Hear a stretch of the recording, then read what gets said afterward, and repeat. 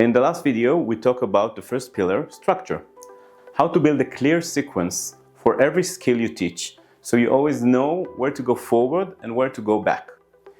If you haven't watched that one yet, go watch it first, because this one is built on it. So you've done the work. You have your structure. You have your sequence. You walk into the lesson with a clear learning goal and a plan to get there. The rider starts working, and then something isn't right. The movement isn't landing.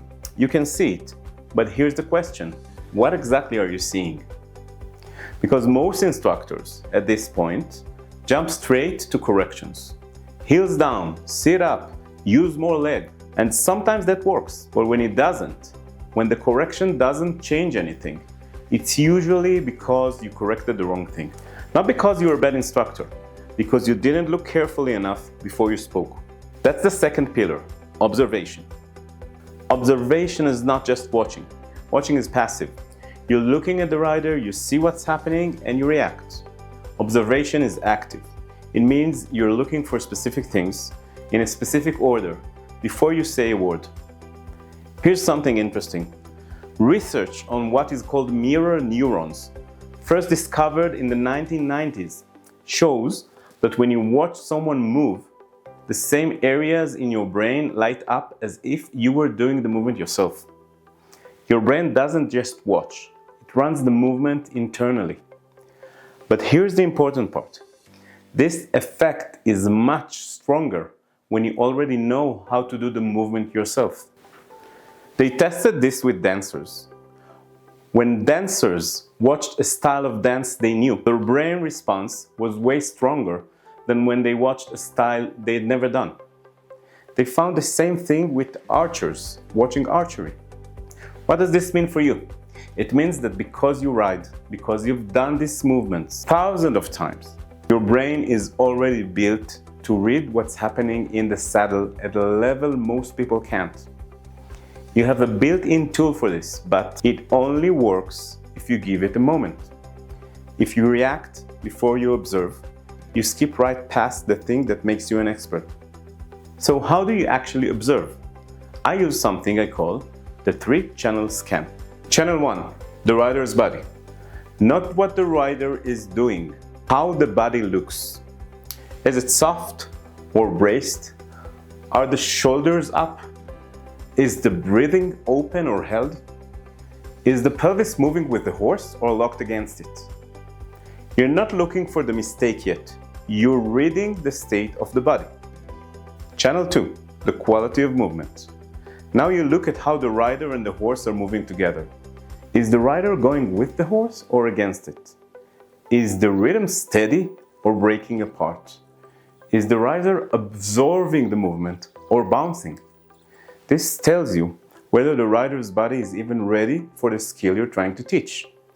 If the body can't follow the movement at this gait or pace, no correction about technique is going to stick. Channel 3, the horse. The horse is already telling you what's going on. You just need to read it. A tighter back, a shorter stride, a head that won't settle, an ear that keeps flicking back. Those aren't random. They're direct responses to what's happening in the rider's body. There's research in sport coaching that backs this up.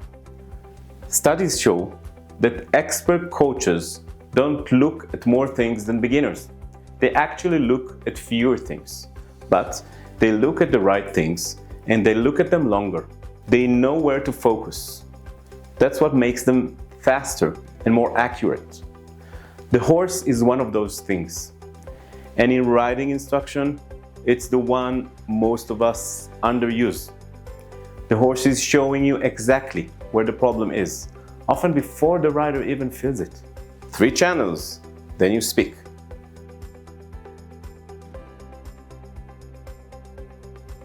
Now, let me show you what this actually means in practice.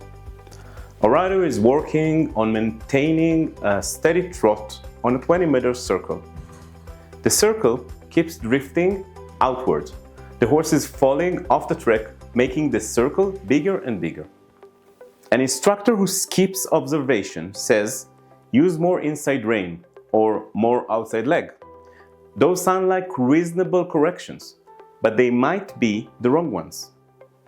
An instructor who runs the 3-channel scan sees something different. Channel 1, the rider's body. The inside shoulder is dropping, the inside hip is collapsing. The rider's weight has shifted to the inside. They're leaning in without realizing it. Channel 2, the quality of movement.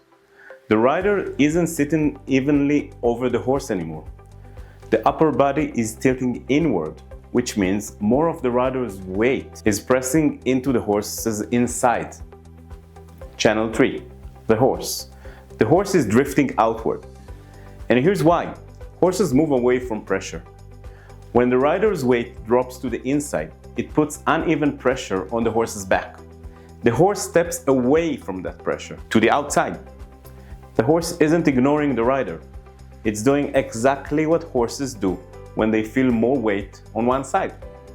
Now, use the inside hand won't fix it.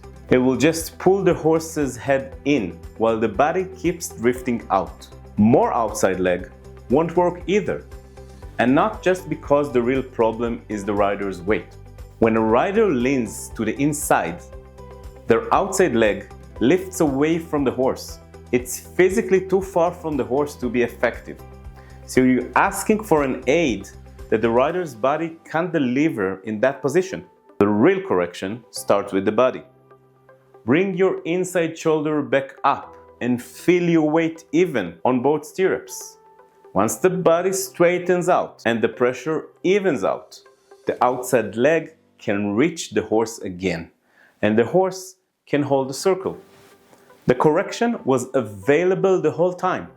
It just needed observation first. And what happens when observation breaks down?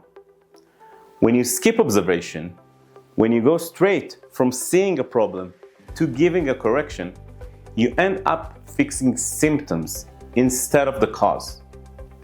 I've seen instructors tell riders to use more leg when the real issue was that the rider's hip were locked and the leg couldn't work properly from that position. I've seen instructors ask a rider to sit up straight when the actual problem was that the rider was holding their breath. And when you hold your breath, your whole midsection tightens up. You can't sit up naturally when everything is braced. The rider hears your correction. They nod, they try, nothing changes. And both of you end the lesson frustrated. That's not a failure of teaching. That's a failure of diagnosis. And the diagnosis comes from observation.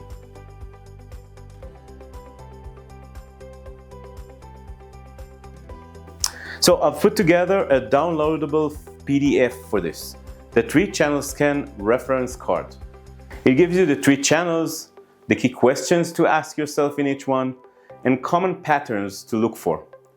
You can print it and keep it with you during lessons until the scan becomes automatic.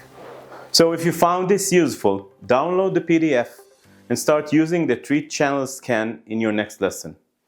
You'll be surprised how much more you see when you give yourself a few seconds before you speak. If you're new here, this is part of a series of the 5 pillars of every riding lessons.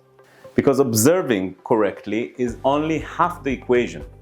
The next pillar is about what to do with what you see, how you turn your observation into an instruction the rider can actually use. And that is feedback, and it's where most instructors lose the most ground. Now remember, growing your business doesn't come from more lessons. It comes from being worth more in each one. Subscribe if you're looking to increase your value as a riding instructor. See you next time.